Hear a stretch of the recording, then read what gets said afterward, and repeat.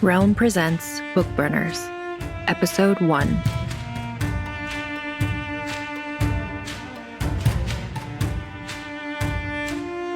One. Sal Brooks would have described herself in a police report as early 30s, female, brown hair, 5'9", exhausted, borderline breakdown case, shaking hands, haunted eyes. Then she'd have deleted everything after 9 and continued with the details of the incident. In this case, forensic analysis of the museum theft yielded an Astoria address. Arriving on the scene with warrant in hand, Detective Collins and I were fired upon from the window by a white male, late 40s. After a brief exchange of fire, Detective Collins forced the door. Behind the door, Sal set her badge and gun on her bureau and gripped the first 2 fingers of her left hand. Her stomach ran a floor routine even the Russian judge would give full marks. She'd seen blood before, and bodies. The severed fingers in the ashtray on the coffee table in Astoria that afternoon, those were worse. They'd yield prints, at least, which would not help her sleep tonight. Her cell phone rang. Perry. She didn't pick up. The ringing stopped before the call forwarded to voicemail, then started again. Still him. Perry, this isn't a good time, was what she started to say, but she didn't get halfway through her brother's name before Hurricane Perry struck shore. Sal, thank you for picking up. I'm so glad. It's wonderful to hear your voice. I missed you. How are things? How long has it been anyway? Can I come over, now? It's been a month. She thumbed a gap in her blinds.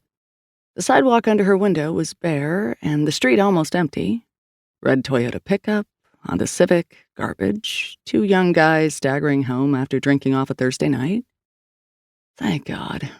The last time she'd heard Perry talk like this, he was on the run from some crazy scenester drama and hadn't waited for her permission to come over. Just called her from the sidewalk in the rain and looked up, dripping, with that hangdog John Cusack look she knew he practiced in the mirror. Since the last time you were in trouble? It's nothing big, Sal, I promise. Nothing you should worry about. Just, internet stuff, and then I started arguing with my roommates, and, people can get crazy sometimes, like crazy. It's not the same thing as last month, I swear. I just need a place to be, I'd get a hotel if I could. If he had money for a hotel. She peeked out her corner window just to be sure. He wasn't down there either. I've had a very long day, Perry. I know. Every day's a long day for you. I'm so sorry, but I just kind of need a place to rest for a little while. And I did apologize for last month, and I sent you flowers. David still isn't returning my calls. You deserve better than a guy like that. A guy who doesn't understand the importance of family. David has a huge family. He's a good guy. He just doesn't like being kicked out of bed because my kid brother's locked himself out of his apartment. That was a good thing. Emphasis on the was. And the flowers you sent were fake. Better that way, they don't die, right? And it wasn't just that I locked myself out. In any way, I'm improving. I mean, you don't have anyone over now, do you? Her eyes narrowed. She glanced out each window again. Where are you? What do you mean? She realized she could hear his voice twice. Once through the phone, and once from the hall. Sal marched from her bedroom, past kitchen and living room, to the door. She unbolted the bolt, unchained the chain, and pulled the door open. Perry was less wet than she'd last seen him, at least. One hand pressed an oversized Star Trek phone to his ear. He wore a dirty tan trench coat open over a ratty black t-shirt with 3 pixelated hearts on the front and a 4th half full, and jeans torn at the knee, from his nervous habit of clawing them while he worked on his computer, rather than from wear.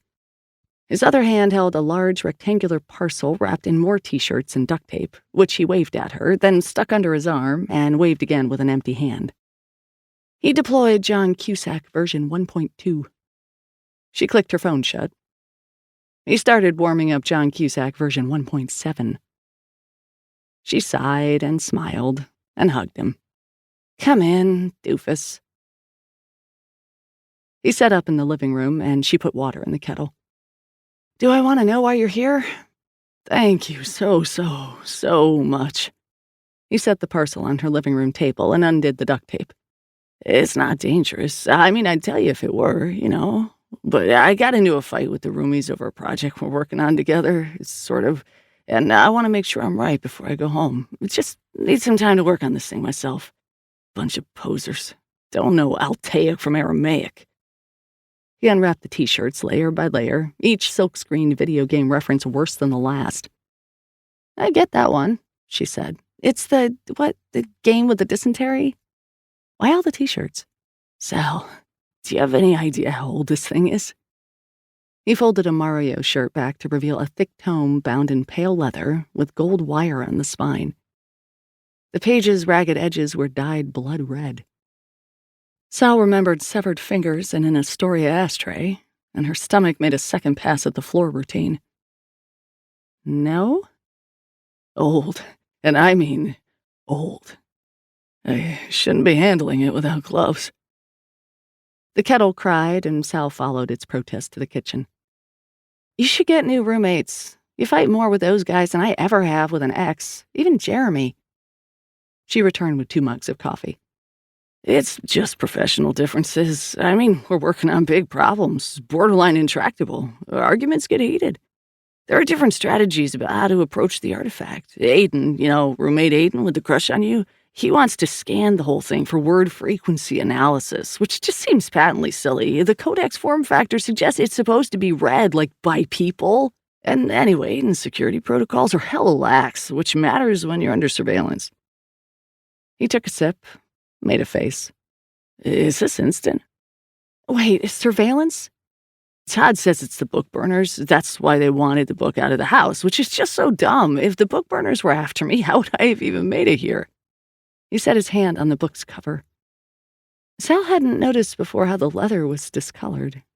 Most of it matched Perry's skin, but a crimson bloom spread beneath his fingers. She heard a sound she couldn't name. A footfall, maybe? Or a whisper? Very soft. Goosebumps chased goosebumps up her arms. Perry, who are the Bookburners? Do you think someone's following you? I thought you didn't want to know. She leaned over the couch, over his shoulder, and checked through the blinds. Street still bare.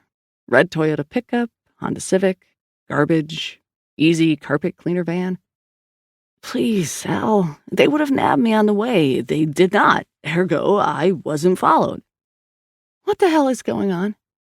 Someone knocked on her door. Shit, Perry said. Jesus Christ, Perry. She grabbed her phone off the living room table. Who is that? Aiden, probably. Mr. Brooks? The man on the other side of the door was unquestionably not Aiden.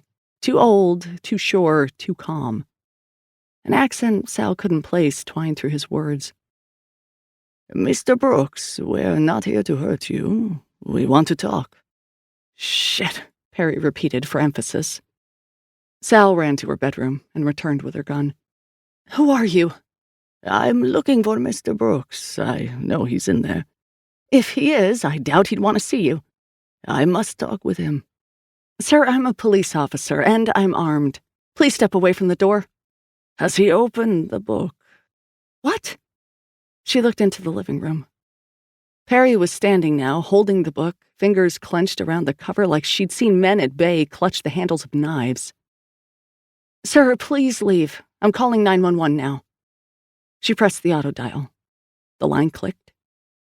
Stop him from opening the book, the man said. Please, if he means anything to you, stop him. Hello, this is Detective Sal Brooks. And she rattled off her badge number and address. I have a man outside my apartment who is refusing to leave. Something heavy struck the door. Door jamb timber splintered. Sally stumbled back, dropped the phone, both hands on the pistol. She took aim. The door burst free of the jamb and struck the wall. A human wind blew through. Later, Sal remembered slivers, a stinging blow to her wrist, her gun knocked back against the wall. A woman's face, Chinese, she thought, bob haircut. Her knee slammed into Sal's solar plexus, and she fell, gasping, to the splinter-strewn carpet. The woman turned, in slow motion almost, to the living room where Perry stood. He held the open book.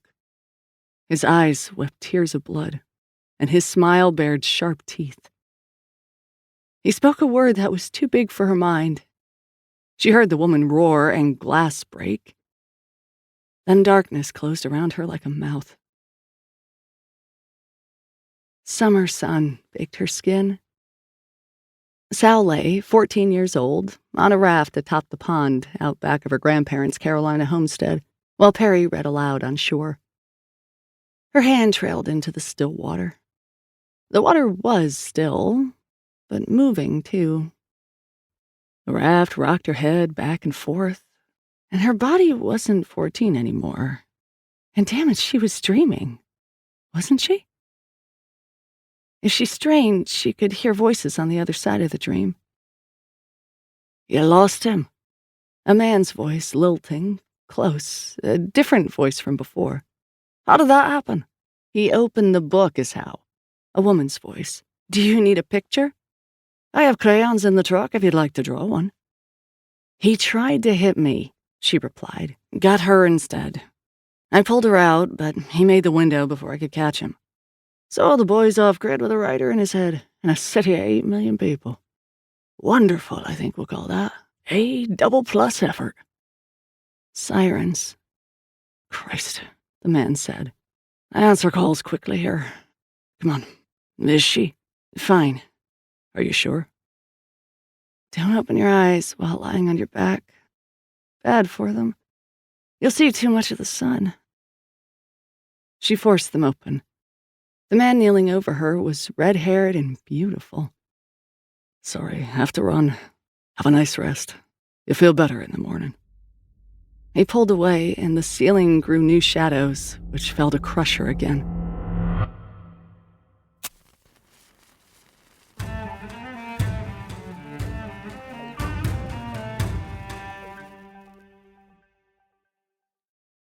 Two. Sal, in the department clinic, with whatever she had to hand, was how the clue solution would read if someone didn't start making sense soon. She glared over the doctor's head at Collins, her partner, who leaned against the wall, arms crossed, looking like he'd rather be anywhere but here, carrying anything but the news he carried. Her head swam. "I've told you 3 times, she said. "My brother came to my apartment. 2 people followed him. I gave you their descriptions. They broke down my door, there was a fight, and I woke up when the officers arrived. It's not that complicated a story." "You're sure you saw your brother?" "Of course I'm sure. It was Perry. He had some kind of fight with his roommates." "Breathe," the doctor said. She breathed. The stethoscope chilled her skin. "So what's the problem?" Collins shifted, but if he'd been trying to get comfortable, his expression suggested that he'd failed. "Who says there's a problem?" "Come on, Collins." "Here." He passed her a tablet. "Hit play."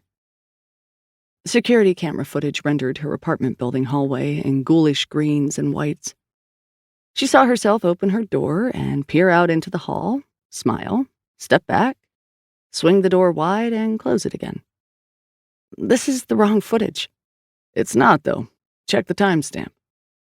"Perry's not there." Collins lowered his chin toward his chest. It didn't touch due to the extra chin in the way. "Scratch one theory." "You thought I was seeing things."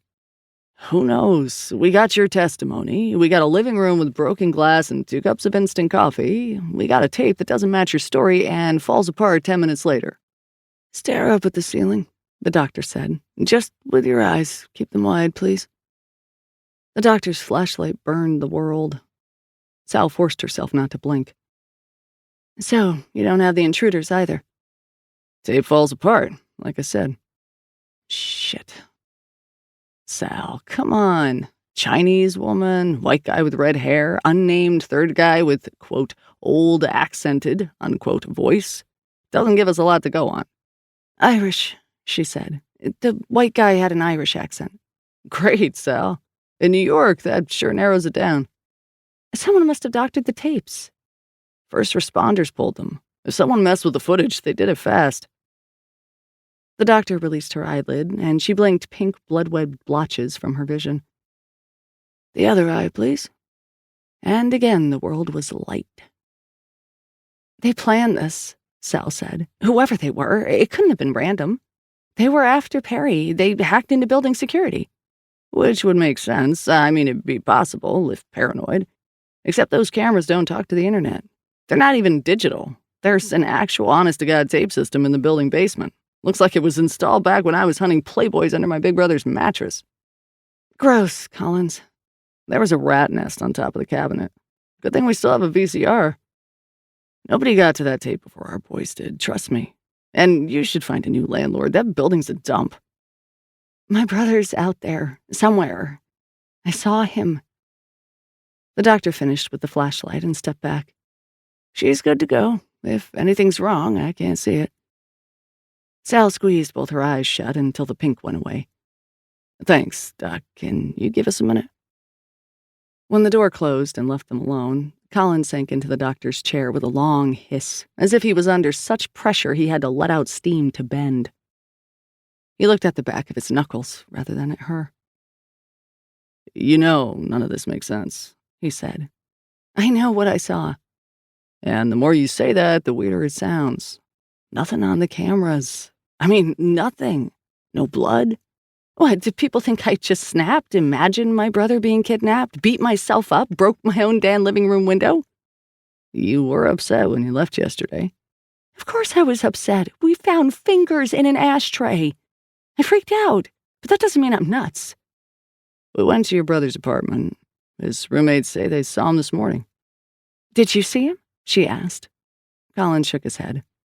Then they're lying, or he escaped. Either way, he's into something big. He needs help. We told the boys to call us when he shows up again. For now, you should take a day or two. Calm down. Rest. And if I don't? He shifted his weight back on the chair, which creaked. The lieutenant asked me to tell you all this, so it doesn't have to get formal. I have to find my brother. Sal. She pushed herself off the table and grabbed her jacket from the hook by the door. If you won't do it, someone has to. I'll pretend I didn't hear that, he said. Stay out of trouble, okay? She laughed, opened the door, and walked fast until she hit the street. Theories were for people with more patience than Sal Brooks, but the Brooklyn-bound Q train stopped over the Manhattan Bridge, so she had time to make up a few. I'm crazy, the nuclear option didn't compel.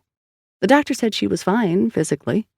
People snapped all the time, 0 to nuts in 60 seconds, but this kind of snap didn't match her experience. If she were cracking, her story would make more sense, or less, or both. She'd met people on this very train who told her with overwhelming conviction that they were the product of genetic experimentation by the United States government using alien DNA, and they'd built a prototype transport beam to take them home, which they'd show her if she visited the compound in Jersey they shared with their 4 lovers chosen to embody the classical Chinese elements. As if she'd trust someone who asked her to go to Jersey. So far, she wasn't ranting about conspiracies or screaming obscenities at passers-by. Count crazy out, for now.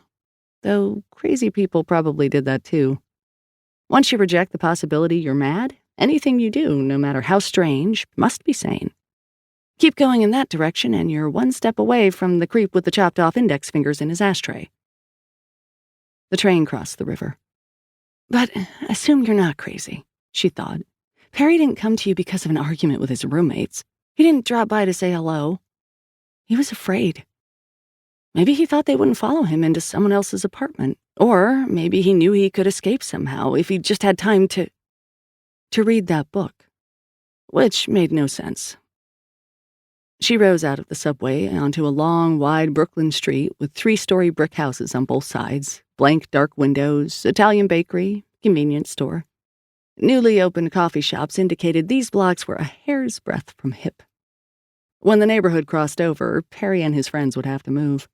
Providing, of course, whatever mudhole they'd stumbled into didn't swallow them first. Perry's roommates knew something.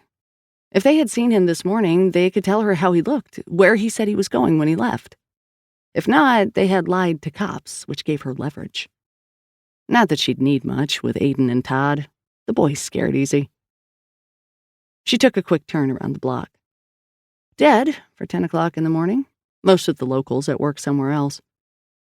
Cold November air tossed a sun front page down the sidewalk, and Sal shouldered deeper into her jacket.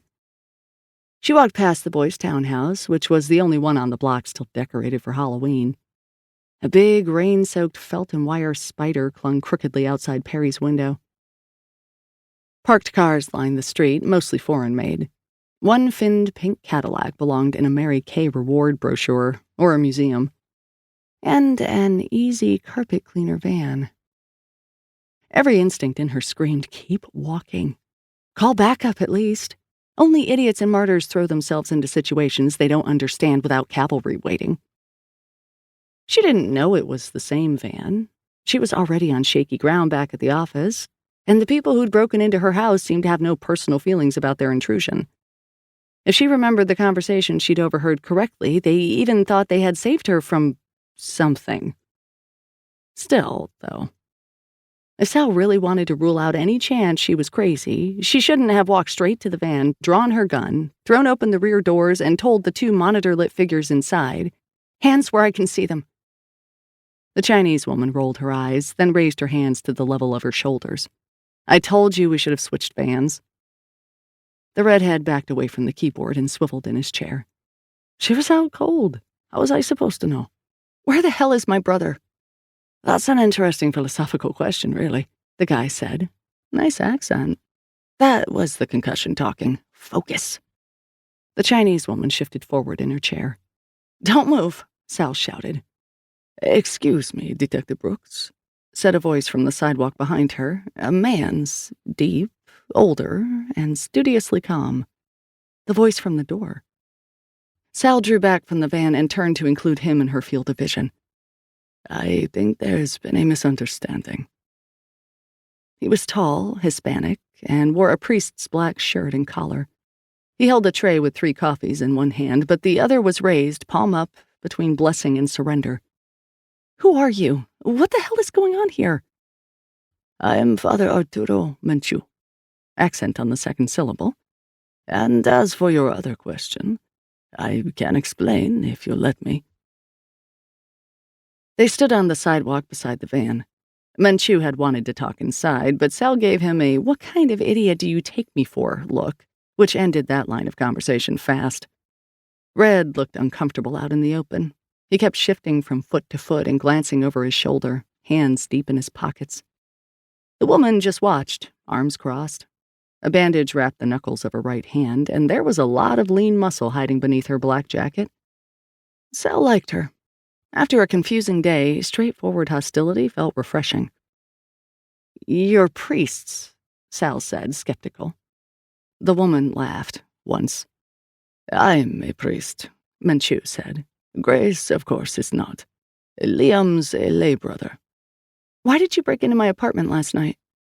She considered adding how, in reference to everything, the broken door, the book, the corrupted tape. Decided against it. One problem at a time. Menchu set the tray of coffees atop the van. "Your brother's in possession of a rare manuscript that does not belong to him. It used to belong to the people we work for.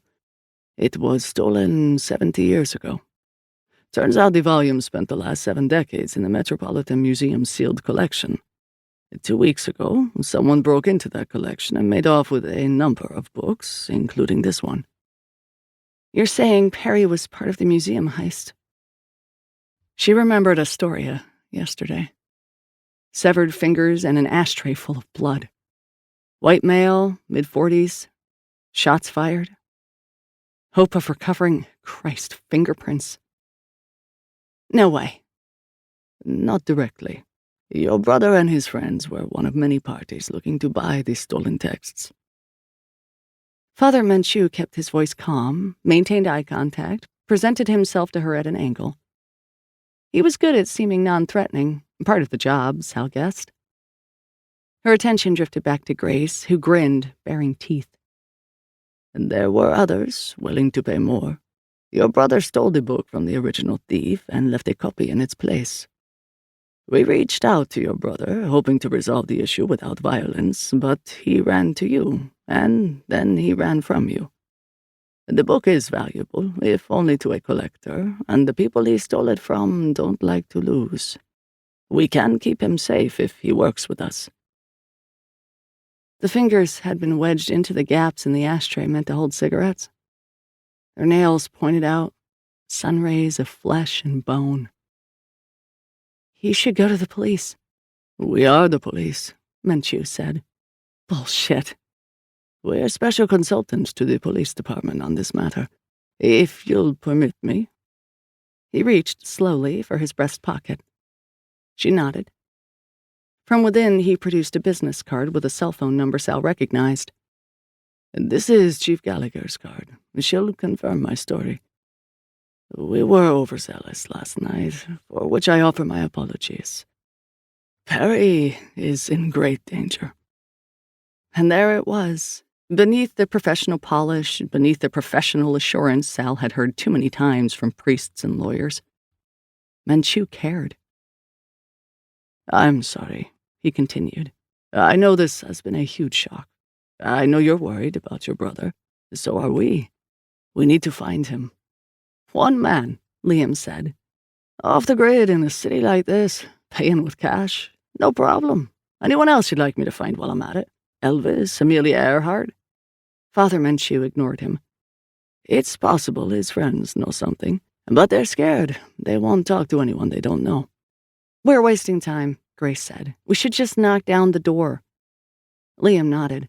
Great idea. Worked so well last night. There were 1,000 procedural reasons Sal should leave. But Perry was in danger, and if these people had the chief's blessing, she could help them without breaking orders. Technically. I can help. No, Menchu said. I'm sorry, we can't involve you. I'm involved already. This is my brother we're talking about. Every second counts. If you go in there without me, you'll learn less than the cops did this morning. We know what we're doing. So do I. Menchu's eyes were deep and sad. Liam cleared his throat. Let her in, Father. We're short-handed anyway. The priest sighed.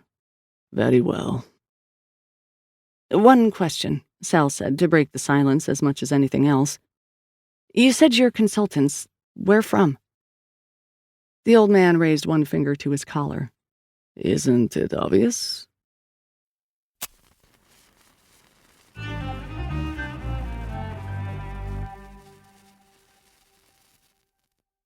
Three. Jesus Christ, Sal said when Liam handed her the bug. It was barely visible against the cosmetic tape. When she set it against her skin, she didn't feel the slightest chill of metal. This is good gear. My specialty. And this one. Liam offered her a thin silver cross on a chain. What's this for? Stuff, he said. Just put it on, okay? I don't believe in God. He believes in you. He laughed as if he'd made a joke. Think of it as a temporary deputization. Grace checked her watch. We could have been inside 20 minutes ago. Talk normally, Liam said, and we'll hear. If there's trouble, use the cross. Panic button? More like a mood ring, only in reverse. If you see something strange, try touching it with the cross. There are... He wiggled his fingers.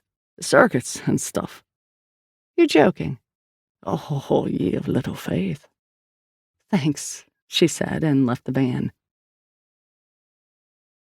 A skull knocker stared out at Sal from the boy's front door, a half-inch left of center. Drill holes covered with duct tape pocked the door to the knocker's either side. They'd tried to screw the knocker in 3 times without measuring the door's actual midpoint, and after the 3rd attempt, agreed to celebrate their success. The mailman had given up on the overstuffed mailbox, its contents congealed by rain into a sodden block of wood pulp and ink. Layers of junk mail formed a newsprint marsh on the front step, sporting an impressive array of greenish molds. Sal stared into the skull's glass-chip eyes, squeezed her own eyes closed, opened them again, and reached for the hinged lower jaw. Before she could touch it, the door jerked open to reveal Aiden, tall and gangly, wearing pajama bottoms and a dirty flannel shirt. He stopped the door with his foot, but he was too skinny to quite fill the small gap. Sal, this is a really bad time. She shoved the door. He stumbled back, upsetting a pile of mud-caked boots, and she pushed through into the narrow, musty hall. The door slammed behind her. Where's Perry? What the hell have you gotten him into? Perry's fine, Sal. Come on, this is like illegal search or whatever. I know my rights. I don't give a shit about the weed you have on your desk, Aiden. Perry's in trouble. True or false? Perry's, Aiden spread his arms to span the hall and block her path, between a rack of mud-splattered coats and a cross-stitch Perry made of Darth Vader's mask. Perry's fine. We're fine. We had a, small disagreement last night, but we've taken care of everything. Maybe we could go out for coffee and talk about it? Let's talk here, unless there's something you're trying to hide. Hide? No, of course not. What would we try to hide from you? She jerked forward as if to duck under his left arm.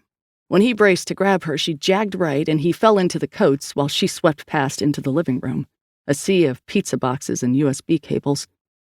A rust-dotted Ren Fair sword hung on the wall. Something green bubbled in a beaker on a Bunsen burner atop a clawfoot table she'd rescued from curbside recycling for them. Stairs rose from the mess to the second floor where the boys slept when they slept at all. Todd, black, older than Perry and Aiden, though he didn't act it, sat at the couch flanked by two monitors, with a heavy leather-bound book open on a stand on the coffee table. He looked up and blinked at Sal through goggles. Aiden's coat muffled cursing from the hall mixed with music from upstairs, or something like music, a stream of bleeps and blips she remembered from sitting cross-legged on the carpet, 8 years old, playing Nintendo. Sally, great to see you. Didn't expect you to drop by. Perry didn't say anything. The prescription goggles warped Todd's eyes to silver dollar size.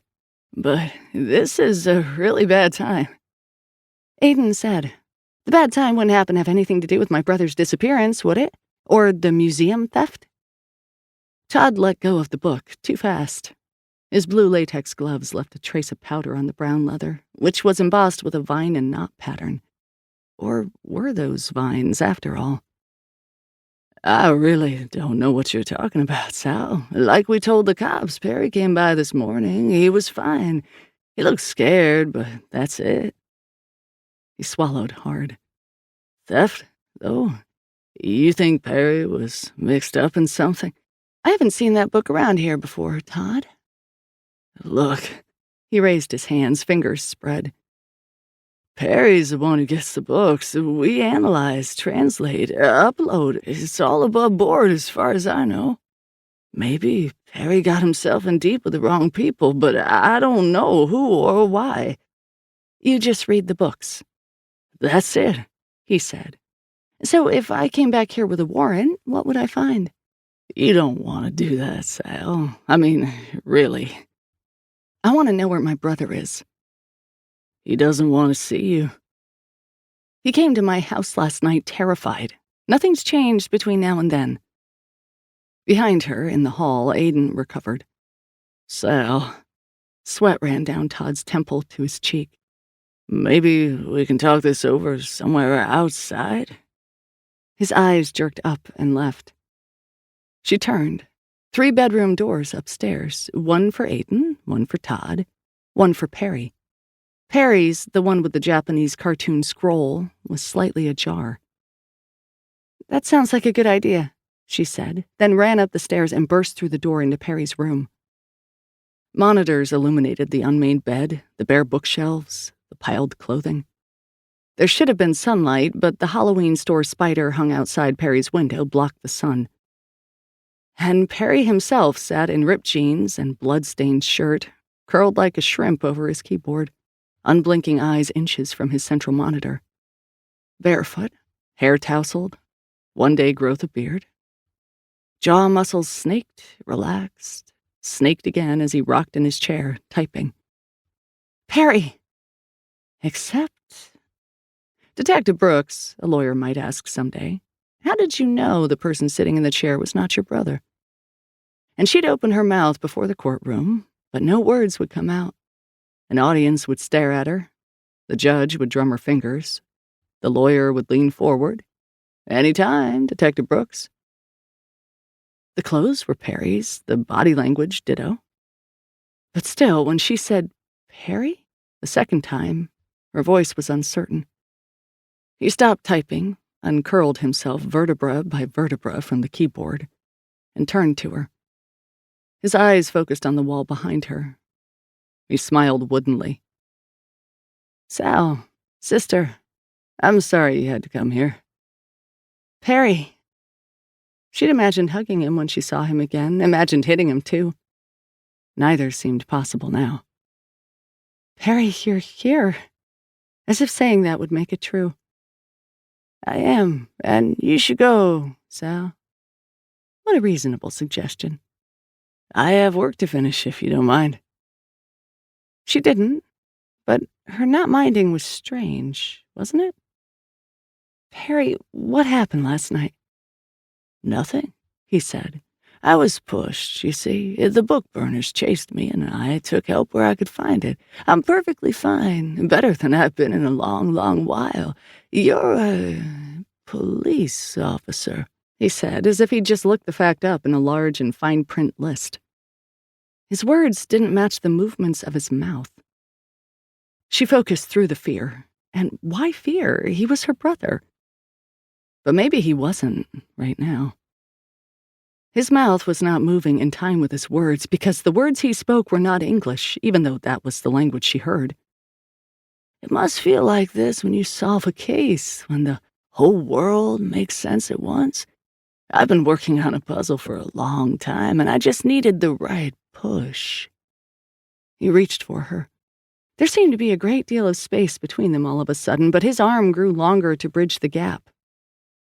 A finger of ice pressed against her skin above her heart, so cold it burned. As the hand approached, it no longer looked like a hand at all, not like a hand of flesh. Torn corrugated tin twisted around paper and woven plastic bones forming fingers. Black oil dripped from ragged joints. The arm was a length of rebar wound with trash bags and shredded cloth. Bottle glass eyes reflected the monitor's blue glow. Thin lips parted to reveal metal teeth, wet with more oil. But some traitor impulse still insisted this was Perry, her brother. There was no reason to pull back from him. There was no reason to run. She should let this thing touch her. That the oil on its metal skin was not oil, in fact, but a whisper, a voice that might help her if it only got inside. The cold fire against her chest was real. Her skin seared, froze, cracked. She followed the pain back to her body and retreated, unsteady, as if her legs belonged to someone else. She staggered out into the hall, the arm stretched toward her impossibly long. She slammed the door shut on the thing's hand. The Perry thing didn't seem to care. It kicked the door open. Mangled fingers clicked back into place. Its smile split as it widened. It didn't need a face anymore, just teeth.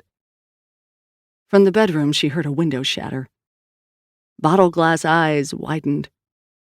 A black blur knocked the thing that was not her brother into the wall. Sal blinked, and the blur resolved into Grace.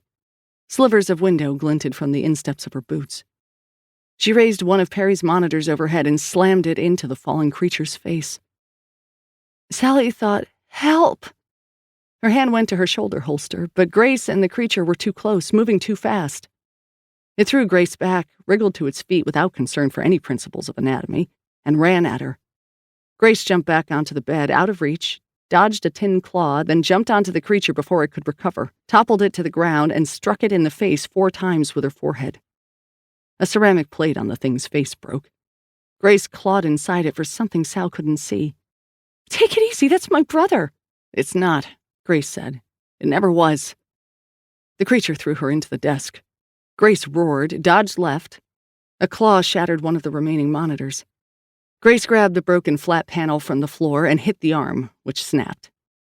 "Grace, get back. Give me a shot." "I have this. You worry about the guys downstairs." "What?" "Go." She went. Behind her, more screaming, more broken glass. Downstairs, Todd sat in front of the book. His blue-gloved hand stroked its paper. He looked up and over at her. "Todd, Jesus Christ, there's something up there." But his goggle-swollen eyes were black from pupil out to edge. He turned a page of his book.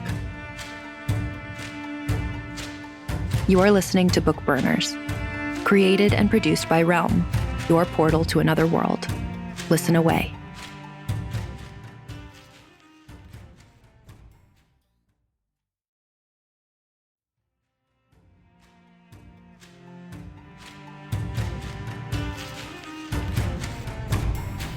Bookburners is created by Max Gladstone and written by Max Gladstone, Margaret Dunlap, Amal El-Motar, Mur Lafferty, Andrea Phillips, and Brian Francis Slattery.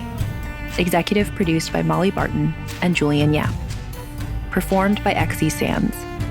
Audio production by Amanda Rose Smith, and additional editing by Corey Barton and Brooks Ewald. Original theme by Hashem Asadolahi, featuring Jody Redditch-Ferber and mixed by Justin Morell. Cover art by Annie Wu. Executive in charge for Realm, Mary Asadolahi. Find more shows like Bookburners by following Realm on Apple Podcasts, Spotify, or at realm.fm.